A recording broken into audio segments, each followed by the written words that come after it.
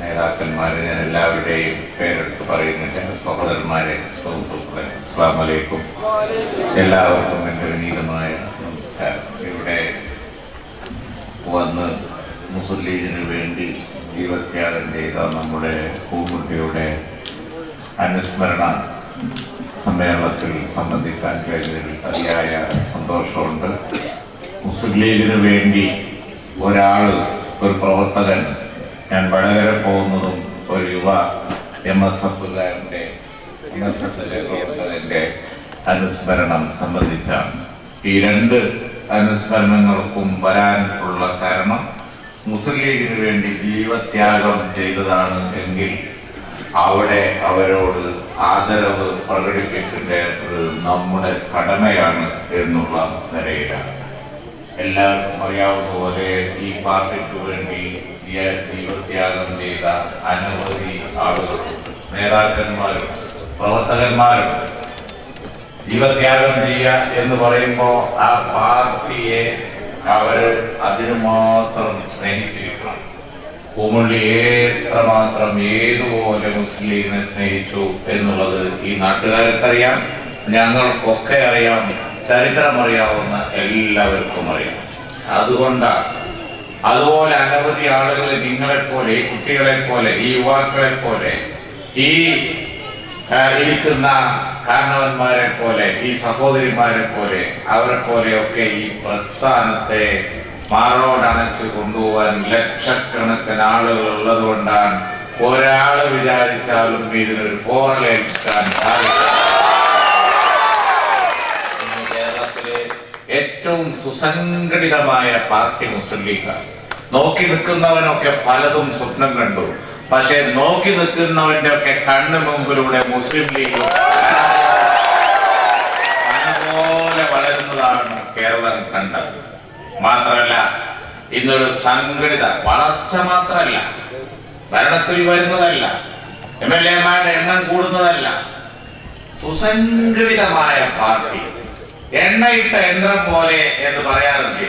അച്ചടക്കത്തോടുകൂടി എല്ലാരും തോറ്റത് മുസ്ലിം ലീഗിനോടാണ്.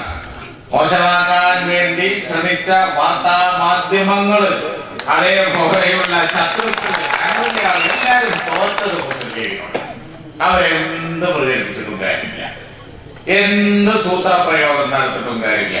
മുസ്ലിം ലീഗ് അവസാനം പൂച്ചനെ പിടിച്ച് മേലോട്ടിട്ട പോലെ 4 കാലിൽ വന്ന് കുത്തി വീഴുന്നതാണ്. അച്ചടക്കം, ഞാൻ പറഞ്ഞ അച്ചടക്കം, ഭദ്രത, ആശയത്തിലുള്ള ഉറച്ച വിശ്വാസം, പ്രവർത്തകന്മാരുടെ ജീവത്യാഗം ചെയ്യാനുള്ള സന്നദ്ധത, പൂമുള്ളി അതിനൊരു ഉദാഹരണമാണ്. അതെല്ലാം ഒത്തുകളിയ പാർട്ടിയാണ് മുസ്ലിം ലീഗ്. കമ്മ്യൂണിസ്റ്റ് പാർട്ടിക്ക് ഇന്ന് മുസ്ലിം ലീഗിന്റെ അച്ചടക്കം അവകാശപ്പെടാൻ പറ്റുമോ? അവരെന്നെ പറയില്ല. പാർട്ടി കൂടിയ വിവരം മുഴുവൻ പുറത്തറിയാത്ത പാർട്ടിയാണ് ഇന്ത്യൻ യൂണിയൻ മുസ്ലിം ലീഗ്. ഞങ്ങൾ അറിയണം എന്ന് വിചാരിച്ചതേ അറിയാൻ പറ്റുള്ളൂ. ഒരു രഹസ്യവും പാർട്ടി യോഗത്തിൻ്റെത് പുറത്തറിയില്ല. എന്നാൽ ഇരുമ്പുമറുള്ള പാർട്ടിയായ കമ്മ്യൂണിസ്റ്റ് പാർട്ടിയുടെ യോഗത്തില് കണ്ണൂരുള്ള കംപ്ലൈന്റ് അവിടെ മൊബൈലിന്റെ ചിപ്പ് കൊണ്ടുപോയി വലിച്ച് വിവരം അപ്പം തന്നെ പുറത്തു കൊടുത്തു എന്നുള്ളതാണ്.